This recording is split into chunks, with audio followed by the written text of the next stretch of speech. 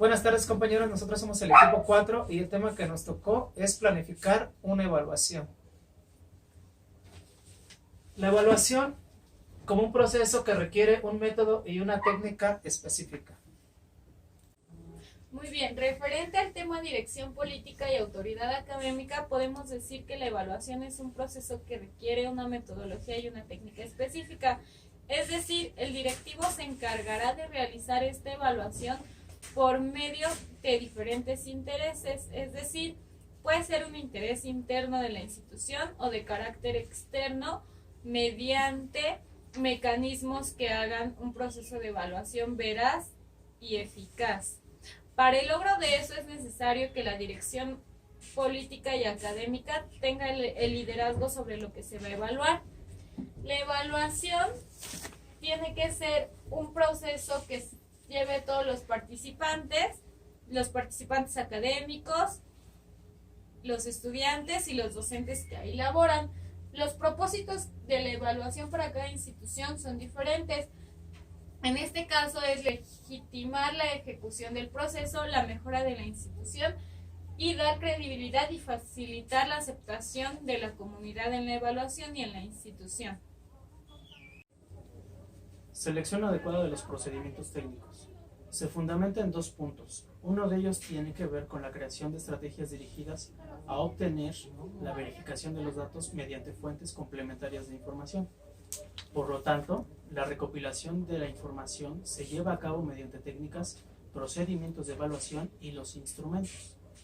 La validez y confiabilidad se logra implementando una diversidad de procedimientos. Por ello, la selección de los procedimientos técnicos la realizan los expertos. El otro punto se relaciona con la organización de grupos de trabajo con base en las capacidades de cada integrante para realizar las actividades que le correspondan y comunicar a los otros las características de sus actividades y los apoyos que requieren los demás. Estos grupos deben ser multidisciplinarios y generar un buen clima para aplicar los procedimientos. Disposición de recursos económicos e infraestructura. Para realizar la evaluación deben existir los recursos suficientes. Esto hace considerar la participación de una autoridad formal que tenga los recursos e infraestructura que complete el proceso de inicio a fin y del personal que diseñe y aplique estas técnicas. De acuerdo con la organización del proceso de evaluación, podemos decir que la organización del proceso es una condición fundamental para que se realice la evaluación. La responsabilidad de esta evaluación la deben de tener los participantes que apoyen en este proceso. Los propósitos pueden ser individuales o en grupo, mediante comisiones o comités que promuevan la evaluación, ya sea de los directivos en la institución escolar o de un agente externo que promueva dicha evaluación. La organización también debe considerar el tiempo aproximado que llevará la evaluación, la previsión de recursos con los que va a contar para la ejecución y las estrategias que va a utilizar para poder realizar el proceso de evaluación. Tiene como propósito la impartición de la evaluación mediante diferentes comisiones.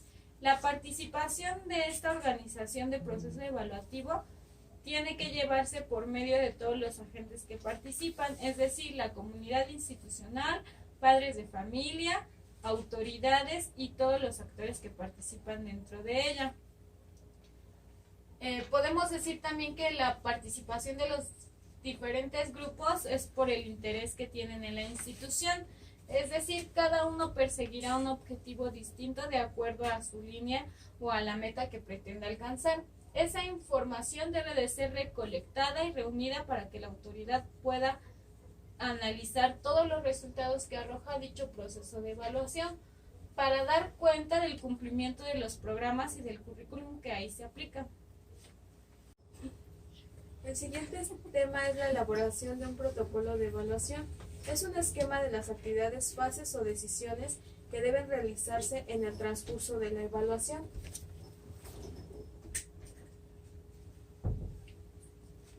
Vamos a hablar un poco sobre la breve historia del objetivo de la evaluación. Aquí en esta parte es donde nos habla del qué, cómo y cuándo. El qué son los contenidos que vamos a trabajar, el cómo los instrumentos y las técnicas, y cuándo nos vienen las 3 fases de la evaluación, que es inicial, la parte diagnóstica, formativa, que es el proceso, y la final, el producto. Ahí mismo nos habla sobre los objetivos, que es el resultado, que es el análisis de los procesos académicos, la actualización, la pertinencia social y los resultados que vamos a obtener. Dentro de este tema nos habla sobre el nombre de los procesos de evaluación, que es el enunciado con el cual se identifican las actividades de recopilación de información y análisis de una evaluación. En esta parte vamos a recibir todas las evidencias que tenemos en nuestro proceso de evaluación. Ahí mismo nos habla sobre 3 aspectos importantes, que es conocer la viabilidad de un proyecto, establecer los requerimientos para algún cambio, retroalimentar las estrategias y conocer los resultados. Pasamos a objetivos de la evaluación. Esto nos define como el tipo de resultado que se debe de aplicar dentro del procedimiento de una evaluación. Esto tiene que responder más que nada a las inquietudes o evidencias que se lleguen a necesitar. Más que nada la palabra encontramos clave es guía para responder nuestras referencias, acciones y llegar a un juicio para poder tener nuestro objetivo de evaluación. Para esto necesitamos lograr 3 partes importantes. La primera, ¿qué se tiene que analizar? Los criterios que se deben de utilizar para expresar dichos juicios, y por último encontramos que el resultado del análisis. En este lado podemos encontrar un ejemplo de una evaluación con fines diagnósticos, en donde la evaluación tiene como propósito ponderar los resultados del programa de docencia y analizar los procesos académicos que requieran una actualización o una mayor pertinencia social. Podemos ver de este lado cuáles son las partes que nos estamos enfocando, que es la pertinencia social y obviamente la actualización de un docente. En esta parte, ¿cuál es el objetivo del docente que se tiene que evaluar? Lo primero es que un docente tenga que tener los planes y programas actualizados, su contexto laboral, en donde está trabajando, las estrategias de enseñanza del aprendizaje, las evidencias de las enseñanzas también, y por eso, para poder realizar una evaluación, se tiene que llevar a cabo dicho objetivo. Otro de los temas a abordar es la selección de los participantes. Estos se dedican a determinar los grupos que van a conformar dicha evaluación, qué tipo de autoridad tendrán, además de cómo se relacionan y qué funciones cumplirán. Estos deben de estar destinados en un tiempo de existencia. La organización debe estar guiada bajo los factores de eficiencia técnica y transparencia política, es decir, que deben tener veracidad para que la evaluación de los resultados sea real. Parte de estos son grupos, y estos grupos están divididos en los directivos. Estos deben cumplir 2 requisitos. 1 es el espacio de autoridad y 2 es la capacidad de financiar el proyecto.